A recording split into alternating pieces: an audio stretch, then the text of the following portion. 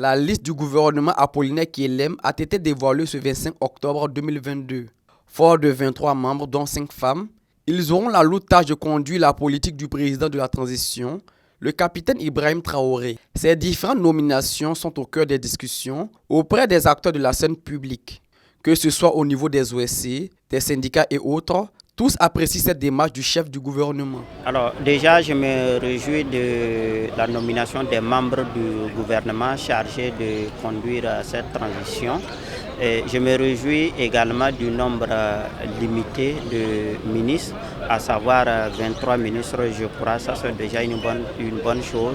Et parmi ces ministres aussi, il y a des personnes qui jouissent d'une certaine crédibilité, à savoir le Premier ministre et un certain nombre de ministres que j'ai eu à connaître individuellement dans la vie, qui sont des personnes irréprochables sur le plan de l'éthique, de la déontologie, de la bonne gouvernance. Je suis content parce que déjà quand on regarde le nombre, c'est réduit.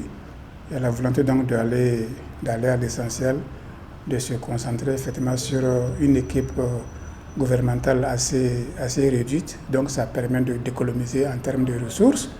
Et vous avez aussi remarqué là, aux premières heures donc, du coup d'État, enfin de la rectification du MPSR 1, et le capitaine Ibrahim Traoré a dit que tout est urgent, il faut aller vite, et il a respecté donc sa parole. En moins de 96 heures, donc, le gouvernement est tombé, c'était une très bonne chose. Je vois effectivement qu'il y a 5 femmes, donc déjà je vois un peu des grincements dedans.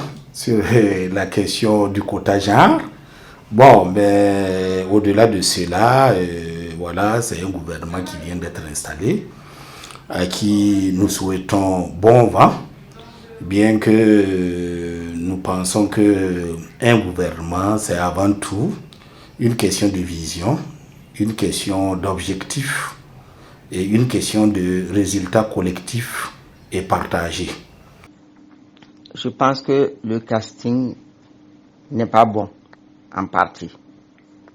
Certes, nous avons pu éviter l'erreur d'Amiba, qui était de former un gouvernement de retour sur le passé.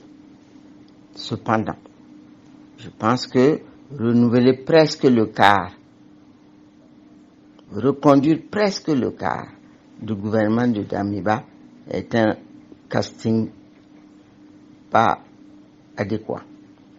Notamment, on reconduit des hommes et des femmes qui, pour ce qui les concerne, ne sont pas les meilleurs. Nous avons aussi constaté que certains ont été reconduits, qui étaient au gouvernement passé. Et nous avons aussi remarqué des nouveaux qui ont fait leur entrée. Bon, dans l'ensemble, on peut dire que ça va parce que ça respecte le nombre demandé par la charte de la transition, qui demandait à ce que le nombre n'excède pas 25. Nous avons 23. On peut dire qu'ils ont respecté la charte de la transition. Parmi ces ministres, il faut noter la présence de certains de l'ancien régime, à savoir le ministre de la fonction publique Basoloman Bazié. Le choix de ces anciens ministres ne devrait pas être un sujet à polémique, selon certains responsables d'OSC, de syndicats et de partis politiques. Entre le passé et le présent, il y a deux choses. Donc maintenant, on les verra à l'œuvre et c'est à eux de travailler à conforter déjà ceux qui pensent que ce sont des bonnes personnes. Et je me réjouis surtout du fait qu'on va lutter contre l'instabilité politique. Et pour moi, c'est important. Et pour moi, ça devrait être le premier point. Et ça m'a paru extrêmement important. On est passé donc de MPSR 1 au MPSR 2.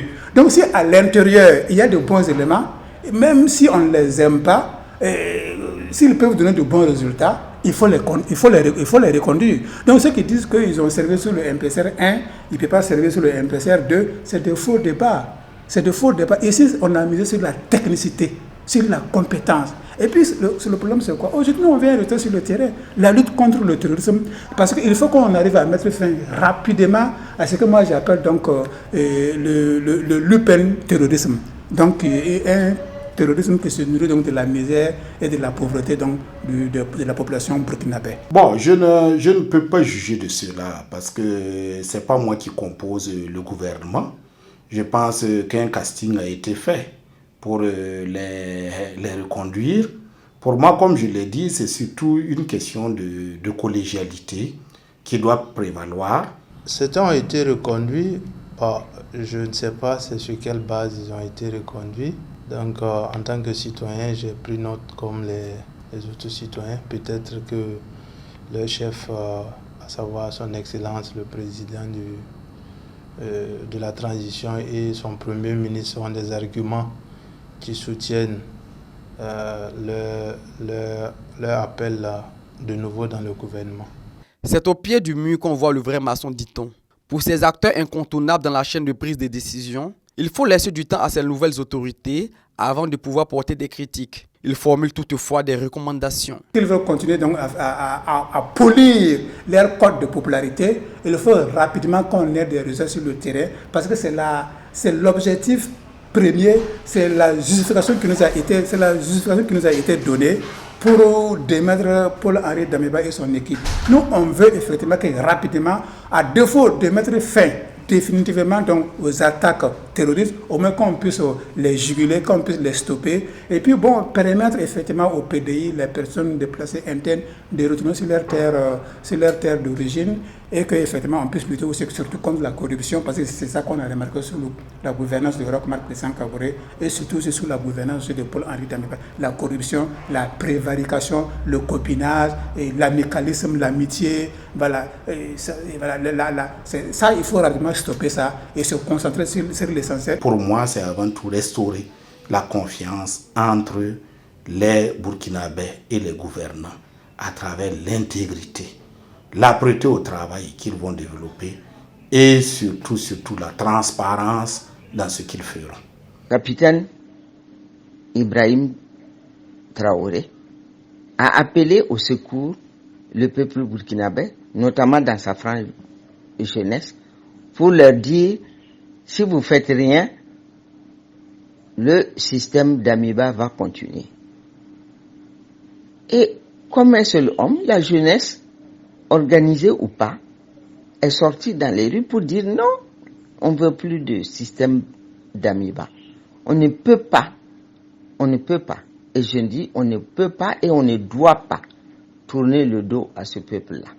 Les attentes en tant que citoyen, je peux dire que nous attendons les résultats, c'est tout. Nous attendons les résultats dans tous les secteurs. Voilà, le président l'a dit, tout est urgent, il faut aller vite. Et donc, ce sont les résultats que nous attendons. Et nous souhaitons vraiment qu'ils y arrivent afin de nous faire sortir de cette situation d'insécurité, de terrorisme, de crise humanitaire et de vie chère. Comme l'avait voulu le Premier ministre Maître Apollinaire Kilem de Tambela, un gouvernement restreint. Ce sont donc ces 23 ministres qui devront conduire cette transition à bon port. Boama TV, l'autre télé by Pro Org.